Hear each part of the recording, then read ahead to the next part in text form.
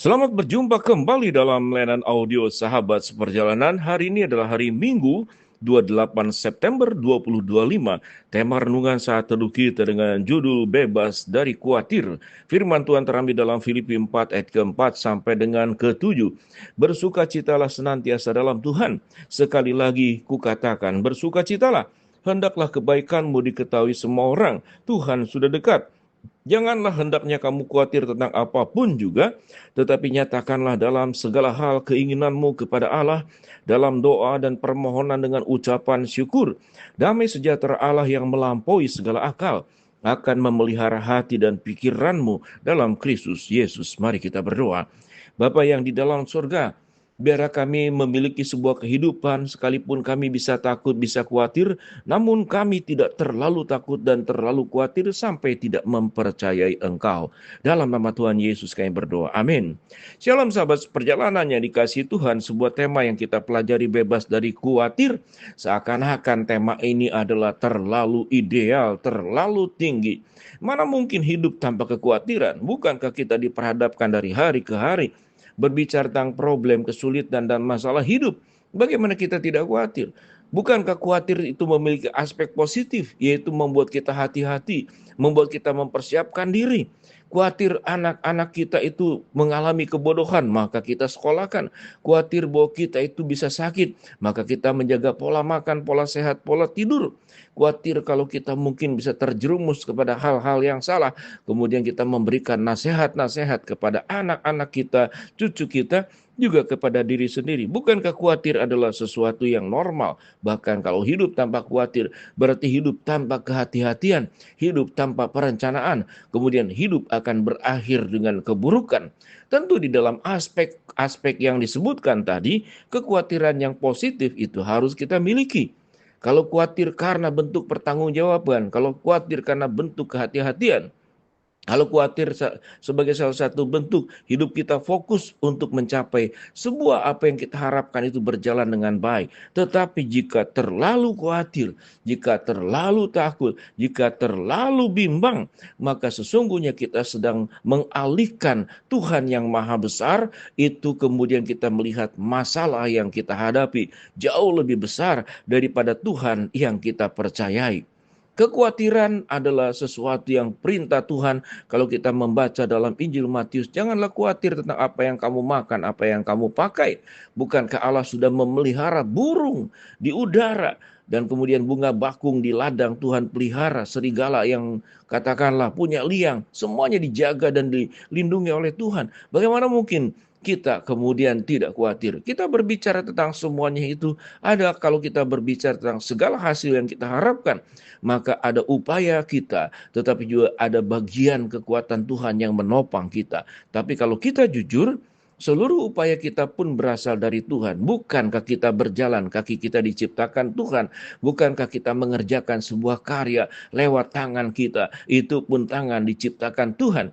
Bukankah kita diberikan kecerdasan di dalam berpikir? Itu pun kecerdasan otak diciptakan oleh Allah. Maka sesungguhnya apa yang kita khawatirkan, seluruh keberadaan yang ada adalah ada di dalam kendali Tuhan. Seluruh potensi yang ada adalah pemberian Tuhan.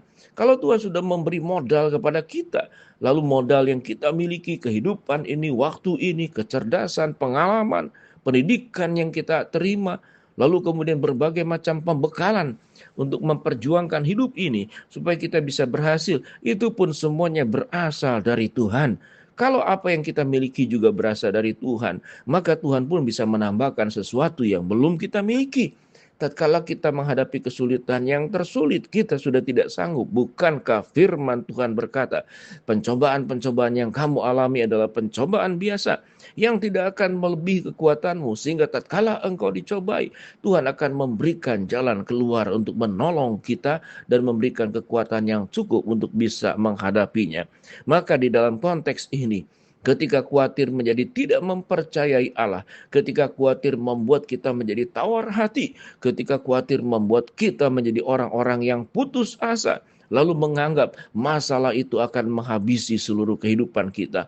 Maka di dalam posisi kekhawatiran yang negatif seperti itu, kita sedang menggeser Tuhan dan tidak mempercayai Tuhan yang punya kemampuan kemahakuasaannya, maha kasihnya, maha melindunginya, maha menolongnya yang terjadi dalam hidup kita. Tuhan tidak akan membiarkan kita. Mari sahabat seperjalanan, bagaimana caranya? Yang pertama dikatakan ayat keempat, bersukacitalah senantiasa di dalam Tuhan. Sukacita itu harus kita miliki. Bagaimana kita bisa bersukacita? Yaitu dengan mengucap syukur. Mengucap syukur untuk semua hal yang sudah kita terima, karya perbuatan Allah yang terjadi dalam hidup kita, yang pernah kita alami, maka karya dan kebaikan pertolongan Tuhan akan terjadi hari ini dan juga akan terjadi di waktu-waktu kemudian. Mengapa kita perlu bebas khawatir? Karena firman Tuhan berkata, damai sejahtera Allah yang melampaui akal itu akan memelihara pikiran dan perasaanmu di dalam Kristus Yesus. Apa yang disebut dengan damai sejahtera yang melampaui akal? Seringkali sebuah problem itu dimasuk di dalam akal kita. Kita mempertimbangkannya dengan otak kita. Rasanya tidak mungkin saya akan sanggup melaluinya. Rasanya tidak sanggup saya akan melewati hidup yang sangat berat ini. Berarti kita sedang mempercayai pikiran kita dan tidak mempercayai kekuatan dan kuasa Allah yang akan menolong kita, memampukan kita melewati setiap problem hidup yang terjadi. Sehingga khawatir boleh, tetapi terlalu khawatir membuat kita tidak mempercayai Allah. Takut boleh, tapi semua serba takut kita sedang tidak mempercayai Allah. Kita bergantung kepada kemampuan dan kekuatan sendiri dan tidak bergantung kepada kekuatan dan kemampuan Allah. Kita kerjakan bagian kita, maka Tuhan akan mengerjakan bagian Tuhan. Firman Tuhan berkata, ayat kelima, hendaklah kebaikanmu diketahui semua orang, Tuhan sudah dekat. Janganlah hendaknya kamu khawatir, serahkanlah permohonan dan keinginanmu kepada Allah. Mari kita lihat pada ayat yang kelima, kebaikanmu itu diketahui semua orang. Tetapi terjemahan yang sesungguhnya adalah kebaikanmu itu memberkati semua orang. Artinya bagaimana kita tidak khawatir? Hidup tidak hanya berbicara untuk diri sendiri. Suatu kita menolong orang yang lebih susah dari kita, menolong orang yang lebih sulit dari kita, menolong orang yang masalah hidupnya berkali-kali lipat dari kita. Itu akan menolong kita tidak khawatir. Kalau orang yang lebih susah dari kita Tuhan tolong, apalagi kita. Kalau mereka yang belum percaya kepada Tuhan pun dalam anugerah umum Tuhan, Tuhan melindungi mereka, menjaga mereka. Apalagi kita sebagai anak-anaknya. Mari sahabat seperjalanan. Orang yang beriman kepada Allah, kita kerjakan bagian kita. Tuhan jaga, Tuhan pelihara. Sebagaimana yang firman Tuhan katakan. Bersukacitalah di dalam setiap keadaan yang ada. Karena kita tidak ditinggalkan sendirian. Ada kekuatan dan penyertaan Allah. Sebelum kita berbicara tentang memohon apa yang kita harapkan, maka mengucap syukurlah untuk segala sesuatu yang sudah Tuhan berikan kepada kita. Kalau Tuhan sudah menolong di waktu-waktu hidup kita sebelumnya, Tuhan pun yang sama akan menolong seluruh kesulitan hidup di saat ini dan di saat yang mendatang. Ingatlah pada ayat yang ke-7, damai sejahtera akan memelihara hati dan pikiranmu dalam Kristus Yesus. Kekhawatiran berangkat dari pikiran, kekuatan berangkat dari hati. Biarlah hati dan di pikiran kita dipenuhi iman percaya bahwa Tuhan ada beserta kita dan Tuhan tidak pernah meninggalkan kita. Jangan terlalu khawatir, bebaslah dari khawatir yang berlebihan. Kita berdoa.